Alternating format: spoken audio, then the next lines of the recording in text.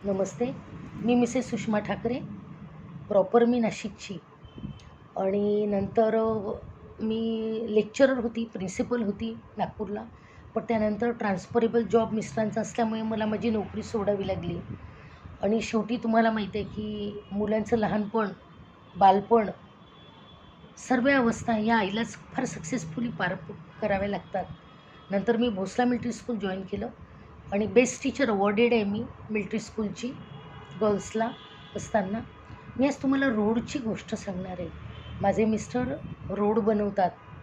आतापर्यंत त्यांनी Karnataka, Bhubaneswar, Oman, Dubai, दक्षिण आफ्रिका आणि आता आम्ही मुंबईला आलेलो आहे. मुंबईचा कसारा घाट पण त्यांनी केलेला आहे. बघा, प्राईम मिनिस्टर किंवा गडकरी साहेब सांगतात की मी रोड बनवतो, मी रोड बनवले. हो, बरोबर आहे तुमचं. पण त्याच्या मागची जी मेहनत आहे ती आमच्या मजुरांची असते. खूप ढोर मेहनत असते मजुरांची. कसारा घाट जेव्हा तयार करण्यात आला 2005 ते 2011पर्यंत आम्ही शहापूरला राहिलेलो होतो. तेव्हा मी CBSCला शिकवायचे. माझे मुलं खूप छोटे छोटे होते. नुकतंच आमची ट्रान्सफर झाली होती. एका वर्षात 3 स्टेट मी चेंज केलेले आहे. आणि अशा वेळेला मी बघितलं, मजूर जो आहे ना हा दिवसरात्र काम करतो. एकतर लेडीला मी पाहिलं की तिचं बाळंतपण झालं. तिने नाळ दगडाने टेचली, नाळ सेपरेट केली, त्या बाळाला पाळण्यात घातलं आणि 1-2 तासातच ती उठली आणि डोक्यावर टोपले घेऊन ती तिचं काम करू लागली. कारण हातावर आणणं आणि हातावर खाणं हाच आमच्या मजुरांचं जीवनक्रम असतो. मी ते पाहिलं, मला खूप वाईट वाटलं. पण जेव्हा मला लक्षात आलं की या बाईचं बाळंतपण झालं, त्याच्यानंतर मी स्पेशली तिच्यासाठी काही खाण्याचे पदार्थ, बाळासाठी कपडे घेऊन गेली. आणि उन्हाळा म्हणजे खूप जबरदस्त उन्हाळा होता तेव्हा शहापूरला. कसारा घाट जेव्हा झाला तेव्हा तेवढ्या उन्हाळ्यात ते लोक काम करायचे आणि खाणं काही नाही हो. आपल्यासारखं काजू किसमिस तर त्यांना मिळतच नाही आमच्या मजुरांना. तर शिळा भात हा माठ्यात टाकायचा, पाणी घालायचं, त्यात दही घालून, नाही मिळालं तरी पाण्याचं घोट घेऊन त्या बाया काम करायला लागायच्या. सांगायचं तात्पर्य हेच की हा पण जीव देवानीच बनवलेला आहे. आपण किती छान रोडवरून गाडी घेऊन जातो आणि खड्डे असले तर आपण नावं ठेवतो. सरकार प्रत्येक वेळेला जबाबदार नसतं. कारण खड्डे हे होणारच. कारण ॲसिडिक रेन आहे, वाहनं खूप असतात आणि त्याच्यामुळे हे खड्डे होतात. आता तुम्हाला गोष्ट सांगते कोस्टल रोडची.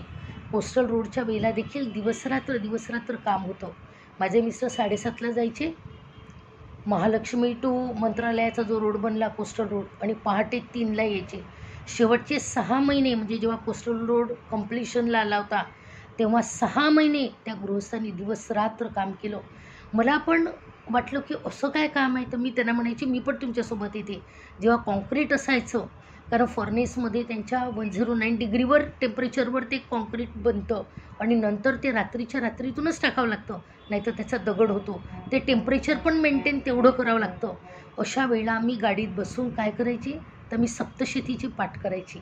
आमच्या गुरुमाऊलीने मला सांगितलं होतं की ताई, साहेब एकटे नाही आहेत, त्यांच्या पाठीशी शक्ती आहे, श्री स्वामी समर्थांची.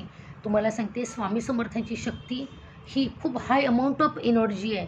हे स्पिरिच्युअलिटी आहे आणि हे अध्यात्म हे फार कमी लोकांना कळतं. ज्यांना आध्यात्मिक शक्ती माहिती आहे त्यांनाच माहीत असेल की कसारा घाट कसा तयार झाला, किंवा रोड कसे तयार होतात, किंवा कोस्टल रोड तयार कसा झाला. आणि त्याच्यामागे आमच्या इंजिनियर्सची, सर्व टीमची, LNTच्या आणि सर्व मजुरांची ढोर मेहनत असते, खूप मेहनत असते. म्हणजे पायाला छाले पडेपर्यंत उभं राहावं लागतं जेव्हा कॉन्क्रीट चालतं तेव्हा. अथोनात परिश्रम केल्यानंतर तो रोड तयार होतो. लक्षात घ्या, जेव्हा त्या रोडवरून मी जाते ना, मला इतकं धन्यता वाटतं आणि मी स्वामी समर्थांना म्हणते की खरंच स्वामी समर्था, तुम्ही अशीच शक्ती प्रत्येकाला द्या. जो या रोडवरून जाईल त्याचं जीवन सुखकर होऊ द्या, त्याला शांती मिळू द्या, त्याला जे पाहिजे ते मिळू द्या आणि या रोडवर चांगल्या घटना घडू द्या. आणि म्हणून कुणी त्या रोडवर कचरा टाकता कामा नये. कचरा टाकला तर मी गाडी थांबवून तो कचरा उचलत असते. ही माझी सवय आहे. कारण आम्ही गोव्याचं पण केलं. माझ्या मिस्टरांनी 3,500 कोटीचा प्रोजेक्ट तयार केला गोव्याला, बायना बीचवर. तेव्हा पण मी 1 वर्षांनी गेली तेव्हा मला खूप खूप वाईट वाटलं.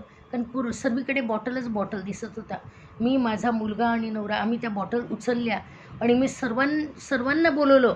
दुसऱ्या दिवशी पूर्ण टीम आली होती तिथे नेव्हीची. त्यांनी पण आम्हाला मदत केली आणि आम्ही अशा प्रकारे तो कचरा उचलून टाकला.